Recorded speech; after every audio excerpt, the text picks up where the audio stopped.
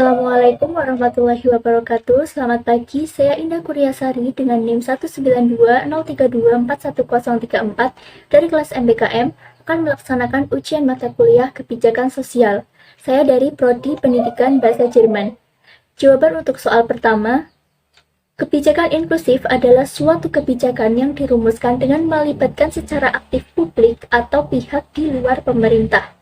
Menurut D. dalam Manar, konsep kebijakan itu erat kaitannya dengan tindakan pemerintah yang berupa program pemerintah.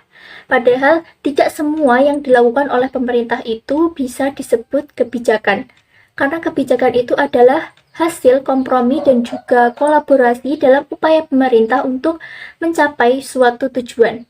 Salah satu contoh kebijakan inklusif sebagai sebuah inovasi dalam perbaikan kebijakan yaitu pada masalah pemberdayaan pemuda di Indonesia. Menurut De Leon dan Martel dalam Manar, ketika suatu kebijakan ini tidak bisa menjadi acuan program yang relevan, dalam contoh ini pemberdayaan pemuda, maka dibutuhkan suatu pemikiran baru, yakni dengan melibatkan publik yaitu stakeholder kepemudaan baik dari sektor privat maupun masyarakat sipil untuk menuntaskan permasalahan yang ada. Jadi dapat disimpulkan bahwa kebijakan inklusif itu adalah kebijakan yang melibatkan pihak-pihak di luar pemerintah dengan tujuan agar hak dan kewajiban tiap-tiap individu selaras dan masalah-masalah bisa terselesaikan. Untuk yang selanjutnya, saya akan memaknai terlebih dahulu apa itu evidence-based policy. Menurut Widodo, Evidence-Based Policy atau EBP ini merupakan suatu gagasan yang dikembangkan oleh para pakar dikarenakan pentingnya data di dalam analisis kebijakan. Riset dilakukan untuk mendapatkan data yang berupa data primer yaitu data langsung dari responden dan juga data sekunder yaitu data yang telah tersedia dan orang lain yang mengumpulkan. Data ini penting sebagai komponen dalam analisis kebijakan sebagai suatu informasi yang menjadi dasar pengambilan sebuah keputusan. EBP juga diharapkan bisa membantu seorang analisis kebijakan agar bisa merancang target dan tujuan kebijakan dan implementasinya nanti. Jadi dapat disimpulkan mengapa dibutuhkan kebijakan inklusif yang berdasar EBP ini, yaitu agar pihak-pihak di luar pemerintah yang berpartisipasi dalam pengambilan kebijakan ini bisa merancang target dan juga tujuan kebijakan, lalu bisa dalam mengimplementasikannya dan juga bisa memiliki data yang memadai dalam proses pengambilan keputusan. Lalu bagaimana peluang dan tantangan dalam mewujudkan implementasi inklusif di Indonesia? Saya akan menjelaskannya lewat salah satu sasaran dari pelayanan inklusif yaitu penyandang disabilitas. Beberapa peluang dalam mewujudkan implementasi inklusif di Indonesia salah satunya dapat dilihat pada pembangunan inklusif penyandang disabilitas, yaitu tercapainya partisipasi penuh dan juga kesetaraan bagi penyandang disabilitas. Selain itu, dengan adanya ketersediaan infrastruktur baik dalam sarana transportasi maupun bangunan publik bagi penyandang disabilitas akan meningkatkan peluang mereka guna membangun kapabilitas. Beberapa tantangan dalam mewujudkan pembangunan inklusif difabel di Indonesia yaitu rendahnya partisipasi dari penyandang disabilitas dalam pembangunan, belum maksimalnya proses pemberdayaan penyandang disabilitas di berbagai bidang seperti pendidikan, kesehatan, dan juga ekonomi. Selain itu, tantangan lain yaitu harmonisasi hukum agar desain kebijakan menjadi inklusif. Selanjutnya yaitu pada pendataan difabel, yaitu bagaimana pemerintah dapat memastikan pelibatan individu maupun kelompok difabel dalam perencanaan Rencana Aksi Nasional Penyandang Disabilitas atau RANPD tahun 2020-2024 diikuti dengan Rencana Aksi Daerah atau RAD. Untuk jawaban soal kedua, perlu kita ketahui terlebih dahulu siapa aktor-aktor dalam kebijakan publik. Aktor-aktor dalam perumusan kebijakan publik yaitu ada state yang terdiri dari eksekutif, legislatif, dan yudikatif. Kemudian privat yaitu pengusaha atau swasta dan civil society yaitu warga negara individu, partai politik, dan NGOs. Selaras dengan itu, menurut Winarno, aktor yang terlibat dalam kebijakan publik itu yaitu kelompok formal seperti eksekutif, legislatif, dan yudikatif, dan kelompok non-formal seperti kelompok kepentingan, partai politik, dan warga negara individual.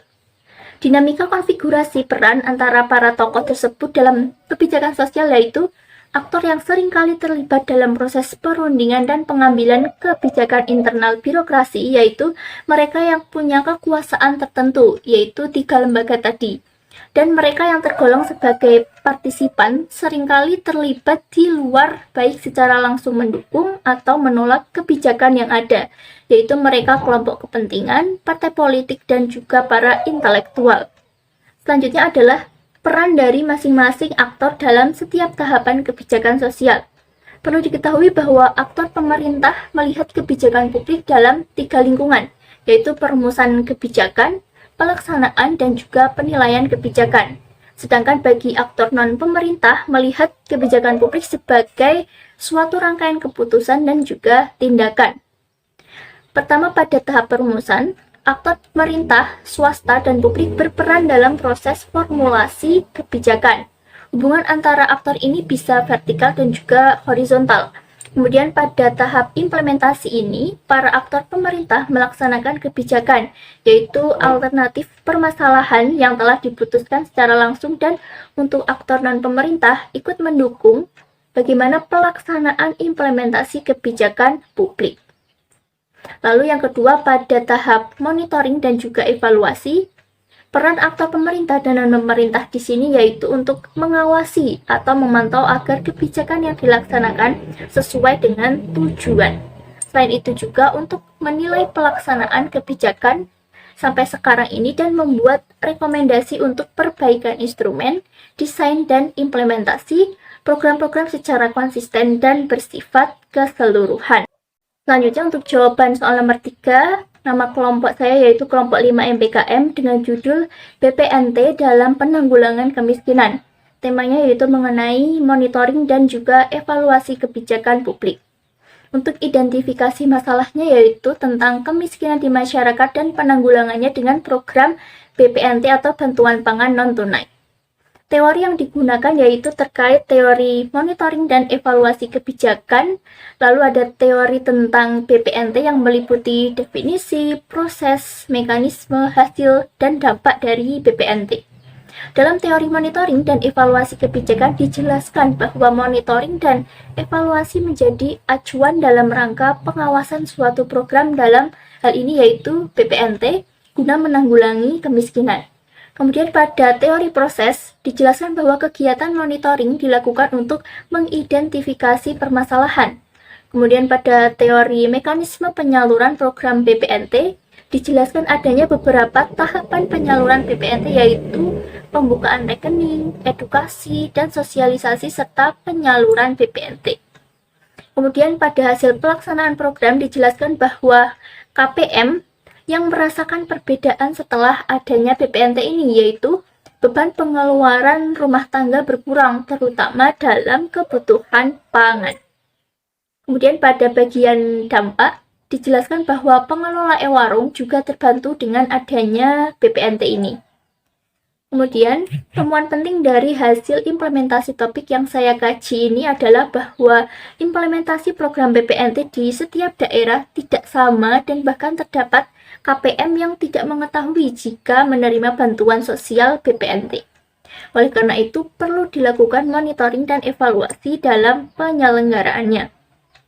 Lalu, untuk kesimpulan dan kritiknya, bahwa di sini dapat diambil kesimpulan program BPNT itu adalah kebijakan distributor dari Kementerian Sosial yang bertujuan untuk mengurangi beban pengeluaran keluarga miskin, sehingga dapat menanggulangi kemiskinan dan juga perlindungan sosial bagi keluarga miskin.